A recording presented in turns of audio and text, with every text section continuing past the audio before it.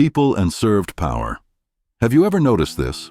Your paycheck hits your account, and for about 5 seconds, you feel rich.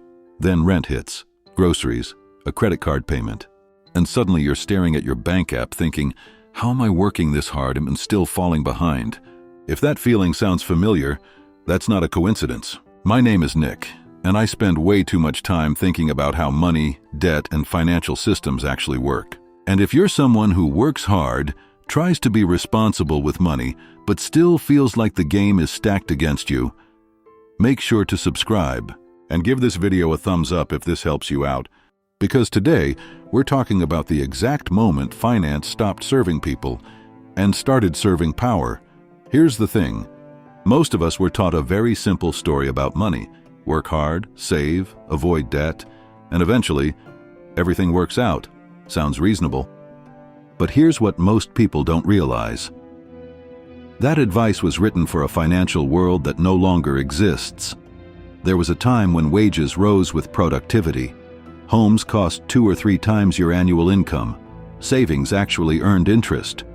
And debt was something you avoided, not something you needed just to survive. That world is gone. And pretending it's still here is one of the biggest financial traps people fall into. This is where it gets really interesting. In 1971, the US made a quiet decision that changed finance forever. The dollar was disconnected from gold. Before that moment, money had limits. After that moment, money could be created freely, through debt. And that single shift changed who the system works for. Since 1971, productivity in the US is up more than 200%. But wages? They've barely moved after inflation. At the same time, stocks, housing, and assets exploded in value. That's not random, that's design. Look, finance used to be boring. Banks helped people save. Loans funded productive things. Risk actually mattered. Today, finance is optimized for leverage, speculation, and scale, not stability. Here's a simple example. You put $10,000 in a savings account. Maybe you earn 0.5%. That's $50 a year. But that same $10,000 inside the financial system can be leveraged, multiplied, and turned into massive profits. So ask yourself, whose money is really working harder? Now let's talk real numbers. In 1980, the average home cost about 3 times the average household income. Today, in many cities, it's 7, 8, even 10 times income. Homes didn't suddenly become magical. Money just got cheaper, and assets absorbed it. Now you might be thinking, okay, Nick, so I'll just invest. Sure, but here's the catch. This system doesn't just work financially, it works psychologically. When wages feel tight, prices keep rising, and stability feels out of reach. People do 3 things.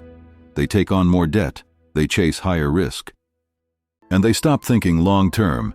Debt becomes normal, speculation feels necessary, patience disappears, and the system loves that. Because debt isn't just money, it's control. Here's what most people don't realize about inflation. Inflation isn't just prices going up, it's purchasing power being quietly transferred. If you live on wages, hold cash, and save in low-interest accounts, inflation works against you. But if you own assets and have access to cheap credit, inflation works for you. That's the real divide. One of the most dangerous beliefs people still hold is this: if I just work harder, I'll catch up. Hard work matters. But hard work alone doesn't beat a system that rewards ownership over effort. This system doesn't reward how hard you try, it rewards position. And here's the uncomfortable part. The people doing everything right are often the most confused. They budget, they sacrifice, they follow the rules, and still feel behind. That confusion keeps people quiet. Because admitting something feels broken often gets blamed on you. So what do you actually do? Not hype, not shortcuts, real steps. First, stop measuring success by income alone. Income pays bills, ownership builds freedom. Even small assets change your position over time. Second, debt isn't evil, but emotional debt is. Using debt to look successful keeps you trapped. Using debt to build ownership creates leverage. Third, build habits that resist inflation. Cash fades, skills compound. Ownership compounds faster. Invest in things that grow while you sleep. Debt not evil, emotional debt, success, trapped, leverage. Build habits, resist inflation. Cash fades, skills compound, invest. And finally, think longer than the system wants you to. The system survives on short-term thinking. Freedom comes from patience, discipline, and clarity. Finance didn't break overnight.